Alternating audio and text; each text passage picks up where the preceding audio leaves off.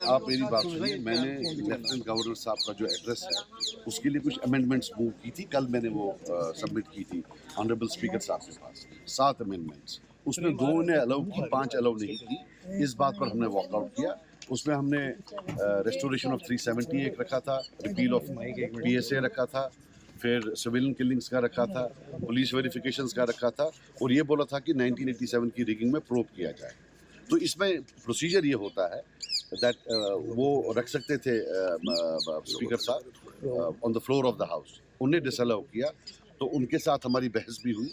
But I am not convinced. I believe that they are trying to muzzle us कि election से पहले तो ये यही बातें करते थे और इलेक्शन के बाद ये कोई बात सुनना ही नहीं चाहते हैं। इन्हें टोटली बैन लगा दी है। So that's why I walk out. आपके क्वेश्चंस का 3 भागों में जवाब देना चाहता हूँ। एक, जो रेजोल्यूशन सरकार ने पिछली बार मूव किया था वो तब भी गैर कानूनी था, अनकॉन्स्टिट्यूशनल था, अब भी गैर कानूनी है, उसका कोई रेलेवेंस नहीं है। जो इशू पार्लियामेंट में सेटल हो उसके बाद जिसे सुप्रीम कोर्ट सेटल करे, इस देश की कोई भी असेंबली उस पर कोई रेजोल्यूशन पास नहीं करती, इसलिए वो just like a blank paper. अब जहाँ तक सज्जाद लोन साहब की बात है, उसका पाकिस्तान प्रेम जाग गया। आज ससुराल का प्रेम जाग गया, क्योंकि उनने शादी भी पाकिस्तान में की, तो अचानक वो याद आ गया उनको, तो उनने प्रकट कर दिया। जहाँ तक बात आती है 370 की, यहाँ पे डिस्कशन करना, मुझे लगता है कि ये अब क्लोज्ड चैप्टर है, ये अब हिस्ट्री है। इस हिस्ट्री को डिस्कस करना वेस्टेज ऑफ टाइम है, और जिसे हम कहेंगे कि जो कोई कानूनी कोई बात जानता ही नहीं हो वो शायद इस पे डिस्कशन करेगा।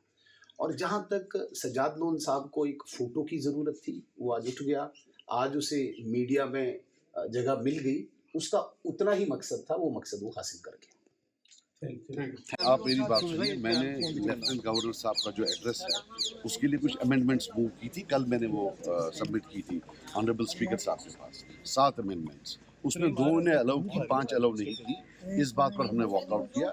उसमें हमने रेस्टोरेशन ऑफ 370 एक रखा था, रिपील ऑफ पीएसए रखा था, फिर सिविलियन किलिंग्स का रखा था, पुलिस वेरिफिकेशंस का रखा था, और ये बोला था कि 1987 की रिगिंग में प्रोब किया जाए।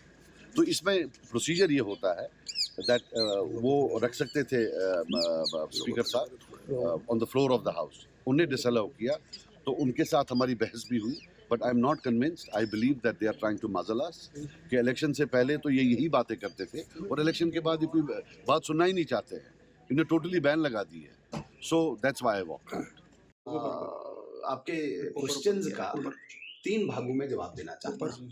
एक, जो रेजोल्यूशन सरकार ने पिछली बार मूव किया था वो तब भी गैर कानूनी था, अनकॉन्स्टिट्यूशनल था, अब भी गैर कानूनी है, उसका कोई रेलेवेंस नहीं है। जो इशू पार्लियामेंट में सेटल हो उसके बाद जिसे सुप्रीम कोर्ट सेटल करे, इस देश की कोई भी असेंबली उस पर कोई रेजोल्यूशन पास नहीं करती, इसलिए वो just like a blank paper. अब जहाँ तक सज्जाद लोन साहब की बात है, उसका पाकिस्तान प्रेम जाग गया। आज ससुराल का प्रेम जाग गया, क्योंकि उनने शादी भी पाकिस्तान में की, तो अचानक वो याद आ गया उनको, तो वो उनने प्रकट कर दिया। जहाँ तक बात आती है 370 की, यहाँ पे डिस्कशन करना, मुझे लगता है कि ये अब क्लोज्ड चैप्टर है, ये अब हिस्ट्री है। इस हिस्ट्री को डिस्कस करना वेस्टेज ऑफ टाइम है, और जिसे हम कहेंगे कि जो कोई कानूनी कोई बात जानता ही नहीं हो वो शायद इस पे डिस्कशन करेगा। और जहाँ तक सज्जाद लोन साहब को एक फ़ोटो की ज़रूरत थी, वो आज उठ गया, आज उसे मीडिया में जगह मिल गई, उसका उतना ही मकसद था, वो मकसद वो हासिल कर गया।